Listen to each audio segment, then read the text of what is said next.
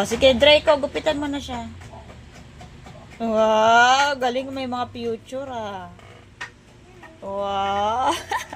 He always does. Hindi pa. Hindi pa.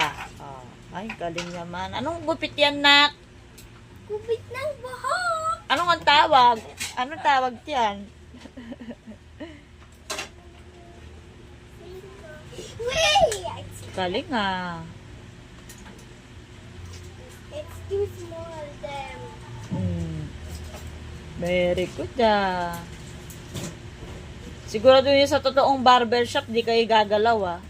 Talagang naka-steady lang kayo ah. Very good. Great job ah. Great job. Yaksha! Don't worry. He's just funny. He's too stupid ng buhok. Oh, galing pati patilya.